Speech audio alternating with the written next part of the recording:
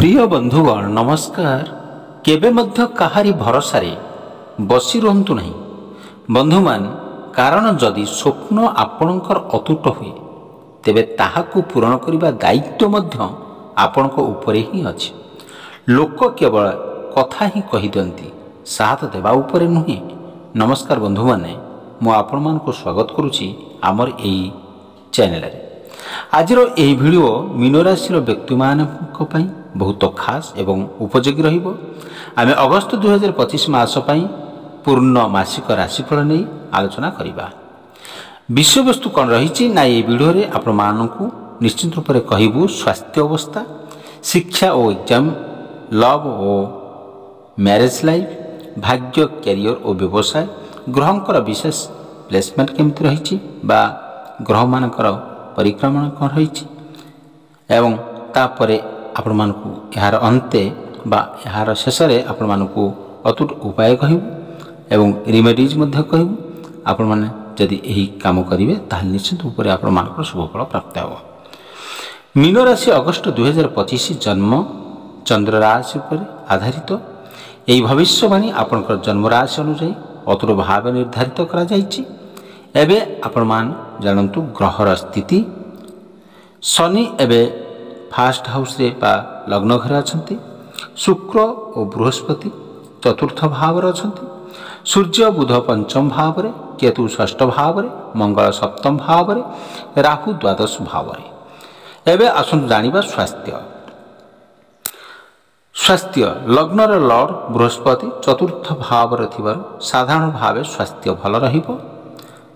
शनि लग्न रे थिबारु शरीर जंत्रणा, गोड़ जंत्रणा हेबो, हाड़ बा जोड़ा जंत्रणा हेबार मध्य संभावना रही।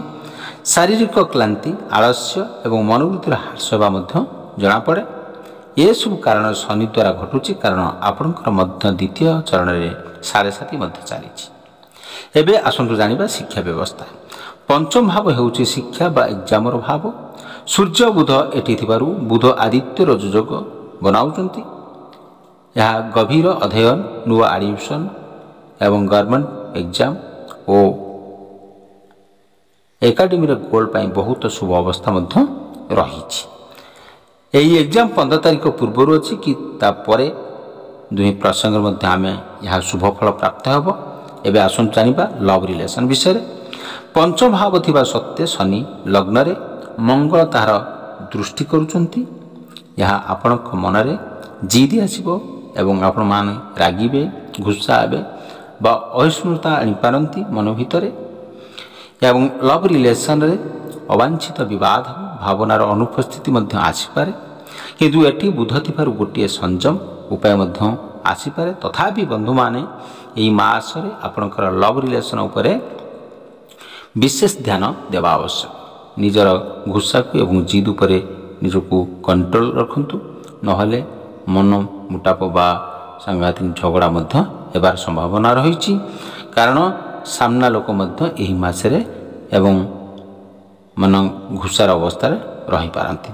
आपण माने जाहाको किछि कहउतेबे एवं से मध्य आपण मान रागिबो, आपण जाफल रे रागी मध्य पारती। एवं एबे आसु जानिबा मैरिज लाइफ बा विवाहित जीवन विषय। सप्तम भाव हुए विवाहित जीवन बा देखिबा घर। सप्तम भावर स्वामी होचंती बुध, से बसिचंती पंचम भाव रे।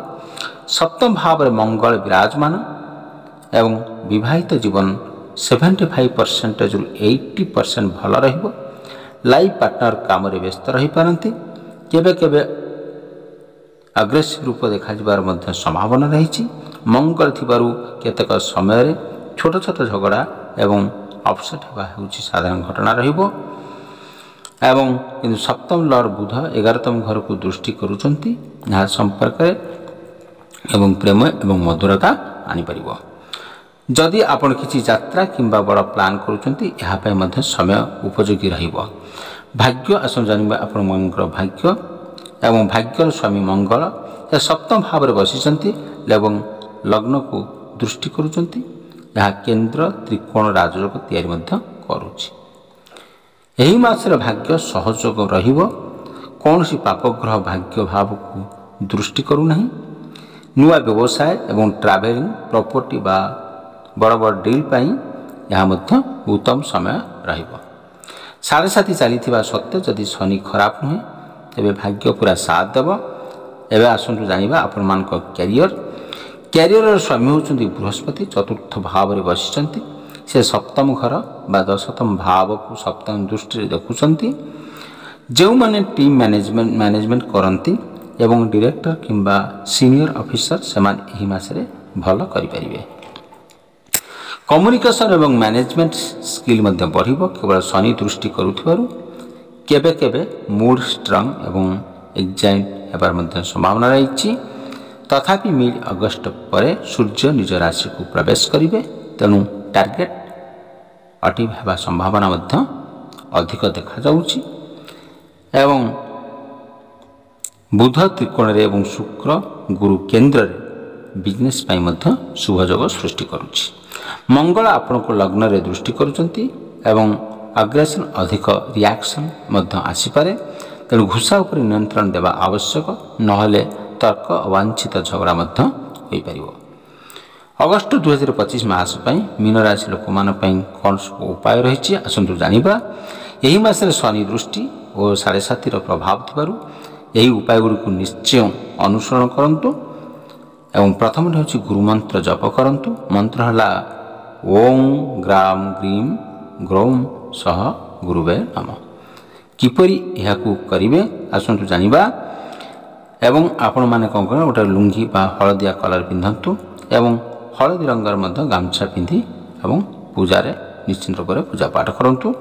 ଗୁରୁବାର ଦିନ ଏହି ମନ୍ତ୍ର 108 ଥର ମଧ୍ୟ ଜପ କରନ୍ତୁ, ଆପଣମାନଙ୍କୁ ଶୁଭଫଳ ପ୍ରାପ୍ତ ହେବ। ସେକେଣ୍ଡ ଶନି ମନ୍ତ୍ର ଜପ କରନ୍ତୁ। ମନ୍ତ୍ରଟି ହେଲା ଓଁ ପ୍ରାମ୍ ପ୍ରିମ୍ ପ୍ରୋ ଶନିଶ୍ଚରାୟ ନମଃ। ଏହାକୁ କିପରି କରିବେ ଶୁଣନ୍ତୁ। ଶନିବାର ଦିନ ଶୌଚ ହୋଇ ଆପଣମାନେ ବସନ୍ତୁ ଶନିଦେବଙ୍କ ପାଖରେ ଏବଂ ନିଜର ଠାକୁର ଘରେ ଏବଂ ତିଳ ତେଲ ଦୀପ ଜଳାନ୍ତୁ। ଶନିଦେବଙ୍କର ପୂଜା କରନ୍ତୁ। 108 ଥର ଏହି ଶନିଦେବଙ୍କର ମନ୍ତ୍ର ମଧ୍ୟ ଜପ କରନ୍ତୁ। କାଳଦାନ କରିଲେ ଏବଂ ଶନିର କ୍ଷୁଦ୍ର ଫଳକୁ କମ୍ କରିବା ପାଇଁ କାଳଦାନ କରାଯାଏ। ଶାରୀରିକ କ୍ଳାନ୍ତି, ଆଳସ୍ୟ, ଆନ୍ତରିକ ଚିନ୍ତା ଦୂର କରିବାରେ ମଧ୍ୟ ସାହାଯ୍ୟ କରିବ।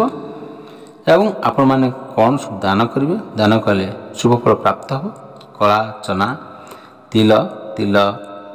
ତେଲ ଏବଂ ନୀଳ ଭସ୍ମ। ଏହାକୁ କେଉଁ ଦିନ ଆପଣମାନେ ଦାନ କରିବେ ନା ଶନିବାର ଦିନ ଆପଣମାନେ ଦାନ କରନ୍ତୁ। ତାପରେ ଆପଣମାନେ ନେକ୍ସଟରେ ଦେଖନ୍ତୁ ହନୁମାନ ଚାଳିଶା ମଧ୍ୟ ଆପଣମାନେ ପାଠ କରନ୍ତୁ। ଦିନ ସକାଳ ଏବଂ ସନ୍ଧ୍ୟାରେ ହନୁମାନ ଚାଳିଶା ପାଠ କରନ୍ତୁ। ଆପଣମାନଙ୍କର ମନୋବଳ ଏବଂ ସାହସ ମଧ୍ୟ ବଢ଼ିବ। ସୂର୍ଯ୍ୟଙ୍କର ଆରାଧନା କରନ୍ତୁ।